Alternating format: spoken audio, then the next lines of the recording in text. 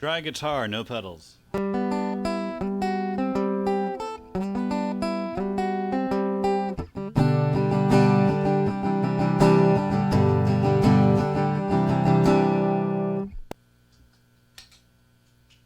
My always on pedals.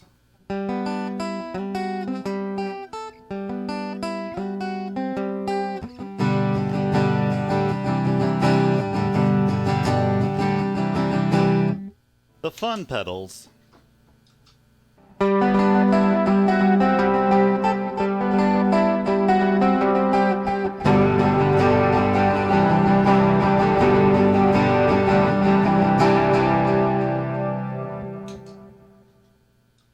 So, you're here because you want to see about putting together a pedal board for your acoustic guitar. I think it's a great idea. So, the first thing you gotta realize when we're talking about making a pedal board for an acoustic guitar as opposed to an electric guitar is that an acoustic guitar is not an electric guitar. And I know that sounds obvious when you say that at first, but you have to understand what the implications of that are. Because when you're playing through an electric guitar, a lot of the time you're just playing through a humbucker or a single coil pickup. And they don't have much over 5 kilohertz, and honestly their low end is also kind of a bit suspect compared to the pickups you might use in an acoustic guitar, like this one. So first let's talk about what's going on with this guitar that I'm using. This is a Gretsch parlor guitar, the Jim Dandy edition. I love this guitar. And I don't know a not awkward way to show you the guitar on the camera. So a big thing to know about this guitar is that it does come with a single coil pickup. Now, after I got this guitar, you can get it on Sweetwater, I think for a very reasonable price. I did have Laser Sanchez at Lights Out Studios put in a Fishman acoustic pickup in here, which is much more what you would want in an acoustic guitar. And on top of that, I had him put in this knob here. This is not a volume knob. It's not a tone knob. It's a blend knob. What the knob does is it blends between the single coil pickup that came with the guitar as well as that Fishman acoustic pickup that he put in. So as a result, I can actually kind of access both worlds. So you already heard the guitar, you know, as I normally have it set.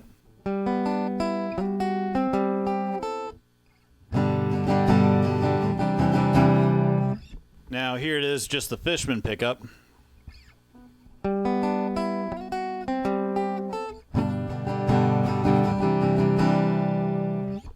And here it is, just the single coil.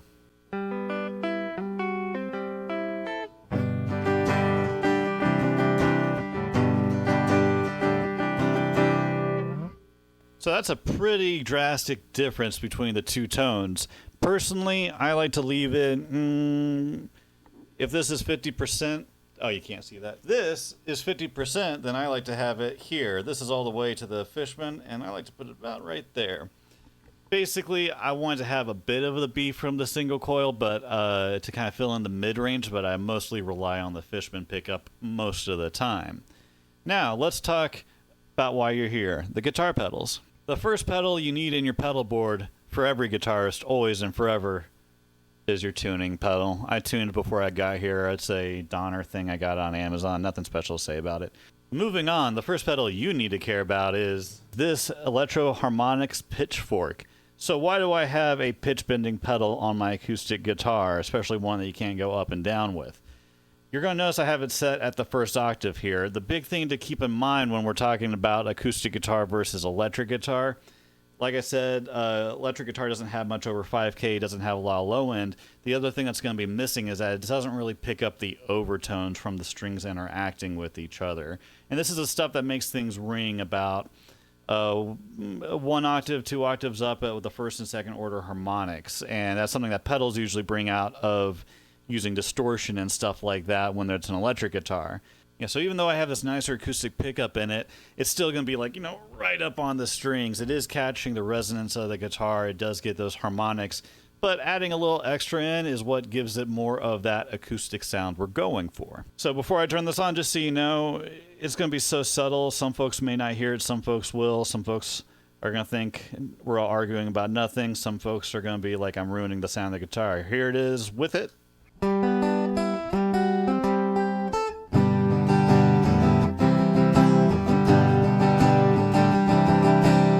And now I'm taking it back out.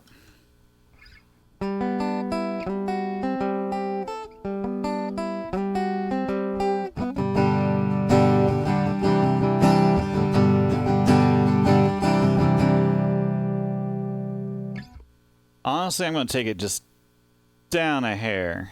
Now, this is one of those pedals that ideally you don't hear it so much as you feel it. You're going to feel a little extra brightness, a little extra fullness, a little extra something that makes the dog's ears perk up, if you know what I'm saying.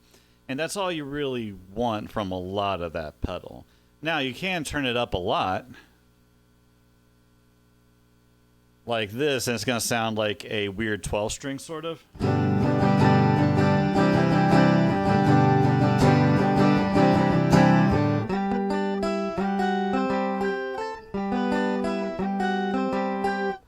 I personally don't care for that as much in this case. I like it around hereabouts, maybe down a little lower. It's kind of hard to hear while I'm recording, so I'm just kind of going by muscle memory right now. So again, don't want to hear it, more want to feel it. It's adding in the sounds that you would normally hear, just you in the room with a guitar. You're trying to replicate that because no matter how good the pickup or the microphone is, something always gets lost. It's just what happens, and so we're trying to put it back in. And along that lines, the next pedal we're looking at is the Caline, not sure how you pronounce it, 10-band EQ. Now, you're going to notice I'm boosting 8K, 16K, a little bit at 4K. And that's because these are the frequencies, especially 8K and 16K, that have almost no effect on an electric guitar in most situations, unless you got some weird stuff going on before it, but not certainly like at this stage of the game.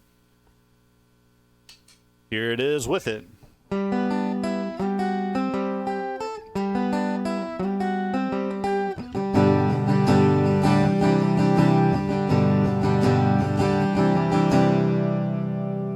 Taking it back out.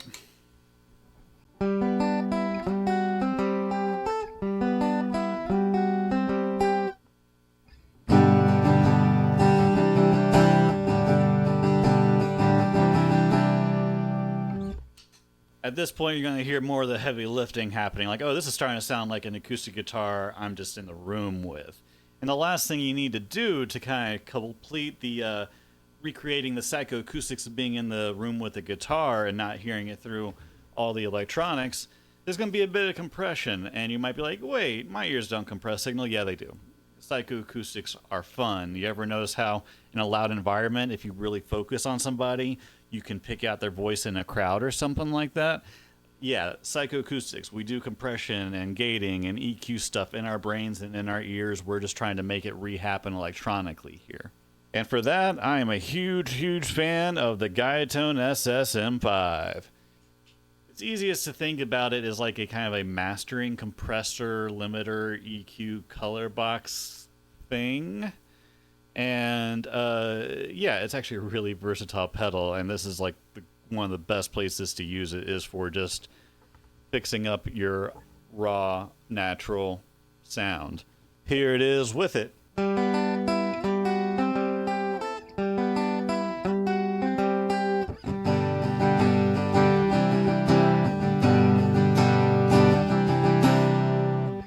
And here it is without it.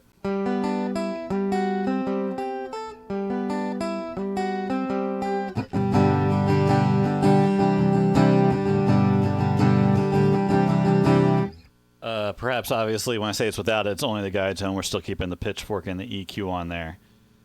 So, these top four pedals are basically the pedals that you really need to have on your board. For me, the first three are obviously always on the tuner for when you're tuning, but I leave them always on. That is my clean guitar sound, my natural guitar sound.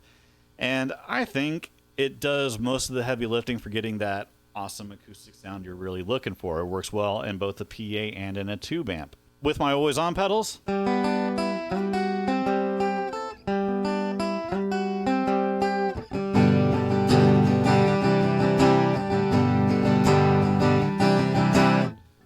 taking them off,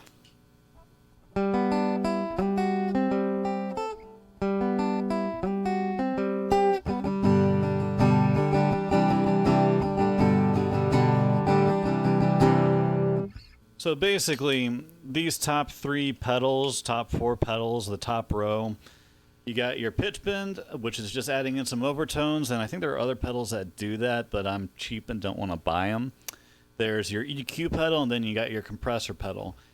Let's say you're the sort of guy who just wants the natural sound only. Those are your 3 pedals. And you'll be like, hey, it's not natural to add the pedals on there. Dude, it's not natural to use a pickup in your guitar and then send that into something to amplify what a magnet is picking up your guitar doing. We're way past natural, baby. Before we jump in, the big thing I would tell you is that I like using this pedal board as opposed to like an all-in-one acoustic guitar processor multi-effect unit, because it is actually way more versatile. I can kind of cue it up to work well with either my tube amp or the PA at a venue or the DI going in just to record. So that's one thing I feel like I have a really solid leg up with the setup on. I like that everything gets to have its own roles. And depending on what I'm doing, I can make all of that happen with just this pedal board and this guitar. It's all been pretty well figured out at this point. Moving on to the fun pedals, let's talk about the Caline clone. You guys may remember the video that kind of put my channel on the map. I say at nearly 1,500 subscribers, which isn't much. I may be legally required to have this pedal on every pedal board I ever do, because it's how I kind of got this thing rolling. Anyway, you might be wondering, why a Caline clone? Clones, or the clones, are supposed to, you know, push your tube amp. That's really the paradigm they're used for, is really hammering that amp into overdrive or into distorting itself. It's meant to be paired with an amp. Why would I have it here if I wanted to be able to work with DIs and PAs and stuff like that? It's not exactly a one-size-fits pedal, right? No, it is. Let's look at why it's actually deceivingly good for acoustic guitar. First off, the gain knob here. The gain knob is not like your normal distortion knob per se for a normal distortion pedal. It is also a wet dry, you know, blend knob. So it's at, what now? Let's call that 9 o'clock, 10 o'clock on the distortion setting. That's also where it is on the blend setting. This would be like 50-50 blend or 100% dirty, whereas this is 50% clean, 50% dirty. Here it's like, 75% clean, 25% dirty, somewhere in there. And that's really good when you want a distortion pedal for your acoustic guitar where you want it to still sound like an acoustic guitar. Going along from there, this treble knob isn't just a treble/tone knob. Tone knobs are just what we call low-pass filters. They'll just turn down the high end on there. They don't boost the high end, except for the treble units on a good Caline clone. These suckers do boost your high end. And that's what, again, when we're talking about what's happening here on the EQ sliders and what have you, this will help bring out the chiminess of your guitar strings and stuff like that. So this is, again, deceivingly good for an acoustic guitar. Output. Now, this is where maybe it's less helpful. You don't want to boost this too high. I try to leave it at nominal. If you are working with a bad sound guy or a bad soundboard and they need extra juice, this is handy, but most of the time I wouldn't rely on it. I try to leave it at normal. Anyway, here it is with the pedal.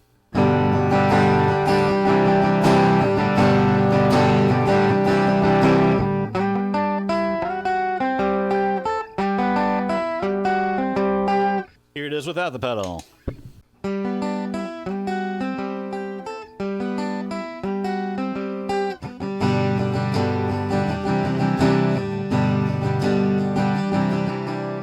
Suddenly you're hearing that pitchfork a lot more, right? Now there's one really important thing to think about. Remember how I said I have 2 pickups on here. Now, the distortion setting I have for it is very much like, it's an acoustic guitar. We want it to sound like an acoustic. But let's say I just want to rock out and not change guitars. I can take this guy all the way to that single coil, like so, and switch to my tube amp I happen to have here, and go for it.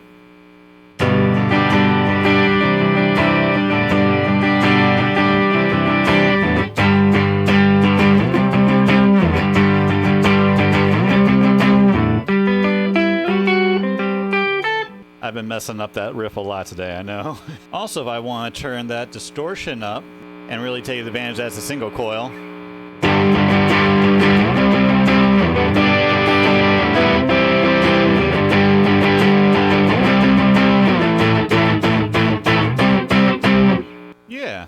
it's pretty dang nifty. You may not want to be like me and be ready to go into a tube amp at the drop of a hat, but it makes me feel good, and it makes me feel like I did a good job buying that amp. I love that amp. Oh my gosh.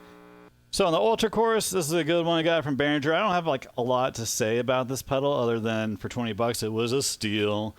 What I like about it for playing acoustic is that it has this really nifty kind of tone knob for low end versus high end. And that way you can know you're not going to interfere too much with your guitar, or you can help bring out the highs if you really want to. I don't think that's necessary at this juncture. And also you got the blend knob. The rest, otherwise, it's just a solid pedal. I like it. Here it is with it.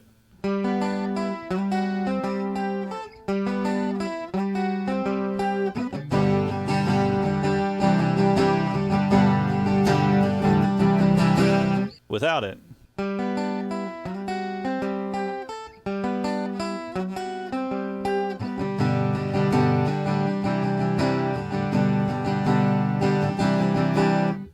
I don't have a lot to say about choruses. I like them sometimes. It's just if you want that extra little kind of like...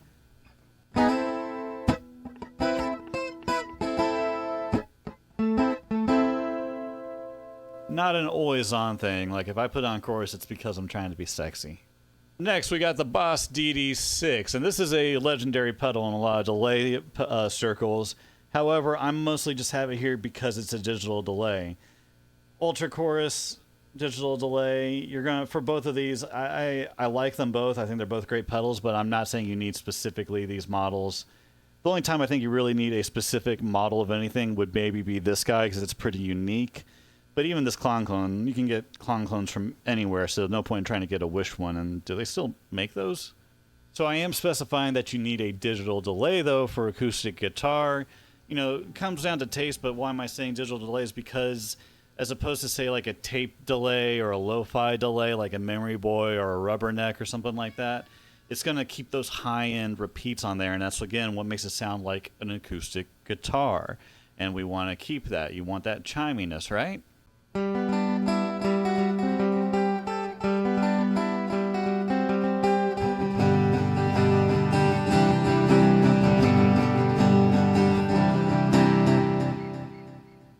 Don't see a point in playing the clean one. Lastly, we got a reverb, and this is the Caline Snakebite. I like this reverb a lot, but we got to talk a bit about reverb real quick. As a sound guy, as a fellow musician, I see so many people who put way too much reverb on stuff. And especially for like a live board or something like that, unless you're trying to be super artistic with it, reverb, like the Pitch Fork and playing the higher frequencies or higher octaves or whatever, is not something you're supposed to be able to hear per se as much as it is you're supposed to feel it. We're just trying to recreate some of the resonance of both the guitar and maybe whatever space you're in, because when you have a PA going, it short circuits how your brain processes that. If you're just trying to make it sound natural but louder, then don't use too much reverb. Not to say no reverb, but just a little, and definitely tweak it. You want to feel it, not hear it.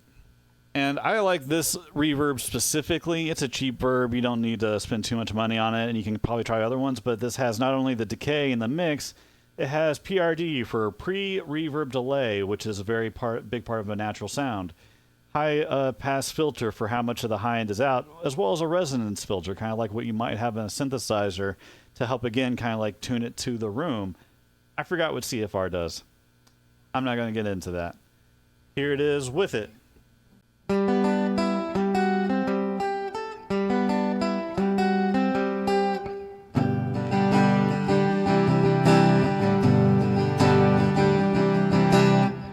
Taking it back out.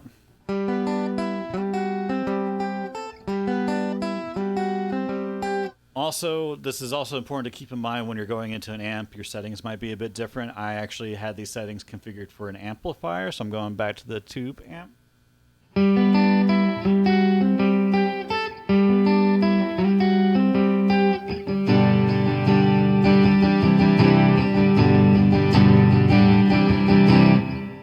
Taking it back out, still on the amp.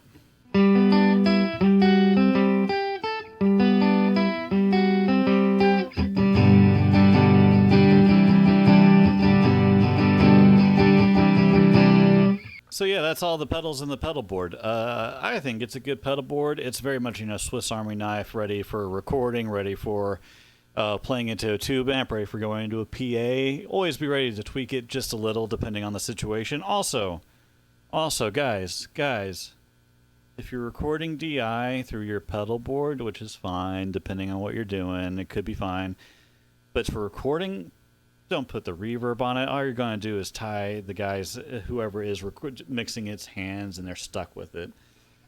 Similarly so with the delay, maybe a bit less. If the delay matters, then leave it in there. If it's just like for a little vibe, then no, let your sound guy do it.